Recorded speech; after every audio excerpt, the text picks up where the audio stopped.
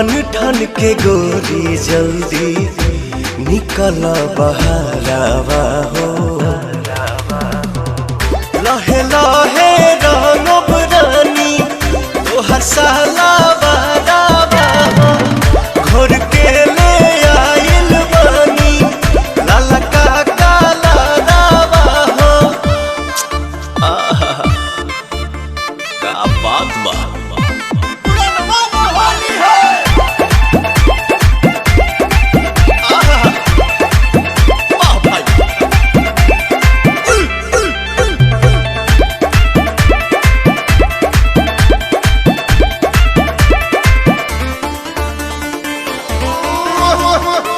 ना दादा रंग देवो भीतर के चीजिया लस लस करी समीजिया।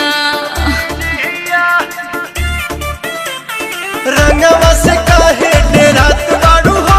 भाव खात बाड़ू हो तू चोरत बाड़ू हो। जियारा डोलावे मोरा फगुनी बयारावा हो। लहे लहे रंगब रानी तोहर साला बहरावा हो। घोर के ले आइल बानी लाला का काला रावा हो।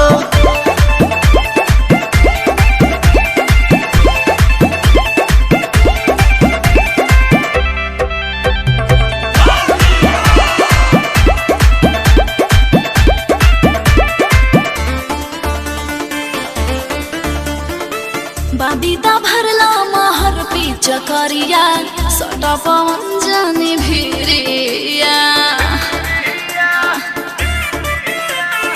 अरुण बिहारी मौका छोड़ी ना ये जान तोहर मीराउट समान करी होली में नेवान। होली के मजा लेला सोटी के पजारावा हो। लहे लहे रंगब रानी तोहर साला